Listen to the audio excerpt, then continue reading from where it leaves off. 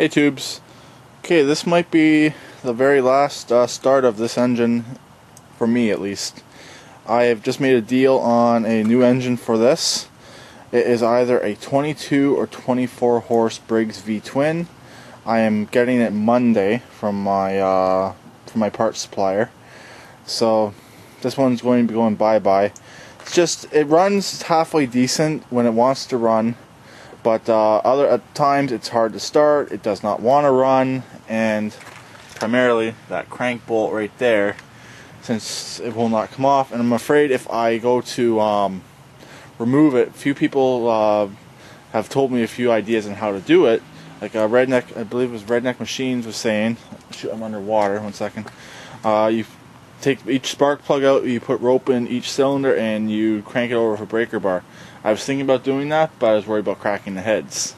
So if someone else wants to do that with this engine, I will disclose that the charging system does not work. I'll even give them another stator. Heck, I'll even give them an entire parts engine with the one that has the broken bolts, but I'm not going to fix it myself. So let's see if this thing will start. No guarantees. It's having a hard time starting lately too. So also doesn't help that it's wet snow out here, and yeah.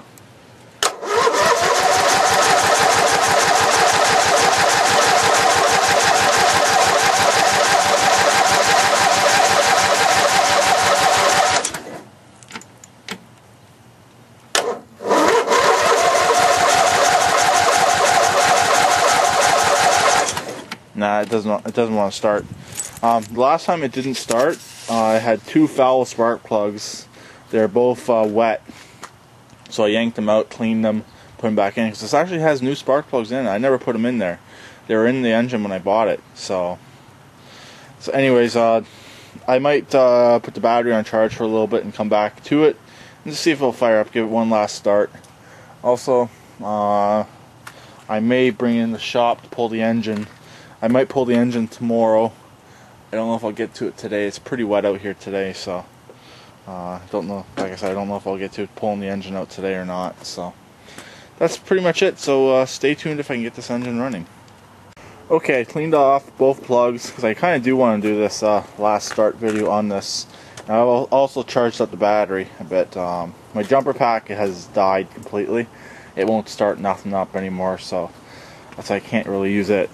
So let's try to see if it will go.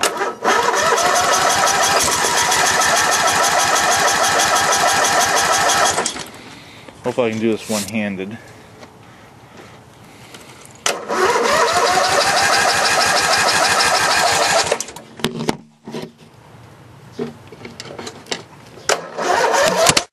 Sorry about that. I don't know how much of that got caught on camera. What happened was the camera slipped off the dash, hit the flywheel, the flywheel is turning, and landed right there. I'm lucky it's still okay. The zoom was a little bit screwed up there for a second.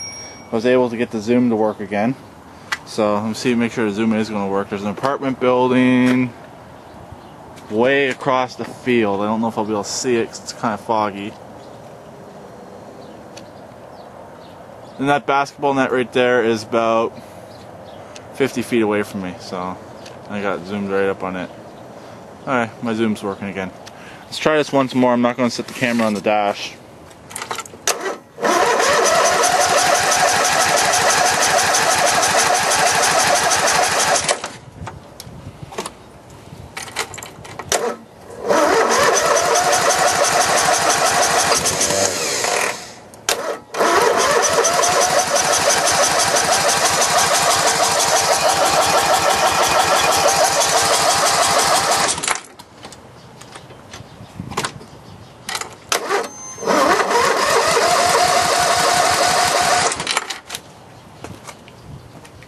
Let's grab some ether.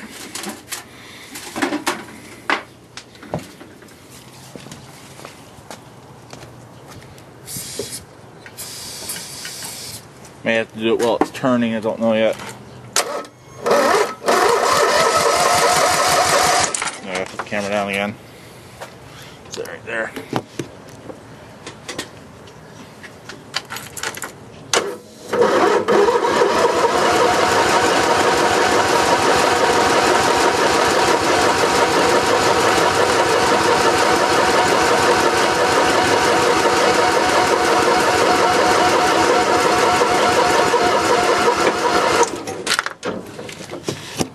it doesn't want to fire. It's flooding itself out too quickly there. So it did fire, but won't run. What I'm going to do is tell the person if anyone buys it, what I'll tell them is it does run, but the carb needs work and the engine itself does need work. But it's a halfway decent core, really. So I'm going to try to sell this motor. I don't know yet, but stay tuned till they get the engine pulled. Okay, as you can see, engine is out. It's actually relatively easy. These motors, just really 5 bolts. You got your crank bolt, and you got your 4 motor bolts, and you got your wiring harness. I did have to cut the kill wire. I'll show you that right here. Right here, I had to cut this wire right here, so I wanted to keep a little bit of the kill wire on the other engine coming off the coils. So that's what I had to do with that. Most likely with the new engine it will have a wiring harness on it, and I'll just have to match up the connections anyways. So, and then the other wire on here that's the headlights, and that's the stator right there. So, and then it's got your power, throttle, choke, and fuel. That's all that's really to it. And there's my this is my adapter pulley. I don't know if I showed this in the previous video or not. What it was is the crank was the pulley was moving around too much on the crank, and it would move down this bolt. The bolt was too long and it stuck out of the bottom of the crank quite a bit. So I just took this old pulley here. It was too small to go on anything really.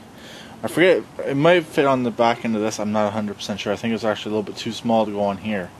So I stuck it through here and acted as a little buffer for the pulley. So if the pulley slid down, it hit that, and it wouldn't slide down enough that the belt would fly off or anything like that. But there was enough tension on the system anyways, the belt stayed on pretty good. So that's pretty much it. I'm meaning to go out and get a new gauge for this, maybe Monday if I get a chance, or one day next week. With new engine, I want to make sure it's charging, and I believe the new engine's pressure lubed, so I'm going to get a bit the same size as that gauge there. I'm going to drill another hole right over here and put in the pressure lubrication gauge, so for the oil pressure. So everything's going to be right in the dashboard. I do got enough room right here almost to put like a small gauge cluster, but then I got a hole right there, so I rather utilize the large dash on this tractor and put everything in the dash. But other than that, it's ready for the new engine. So when I get the new engine, I'm just going to push this up to the house, sit the engine in there, and just wheel it back. The guy said the engine has a Y pipe on it for an exhaust. I don't know what else it has, so it sounds like it has a similar Y pipe to what the Posed has, but it is a V-twin. So yeah, that's pretty much it. I'm done with this for today. It's raining out quite a bit right now, and I got nothing else to really do. Just got to clean up the surface right here. I'll most likely do that tomorrow. Tomorrow's supposed to be warmer, so I'll just quickly clean this up with a wire wheel lightly, and not enough to scuff the paint, just enough to clean off all the gunk and crap from the old engine. So I'll talk to you later. Please keep it redneck like always, and hopefully you enjoyed the video, and please subscribe and comment.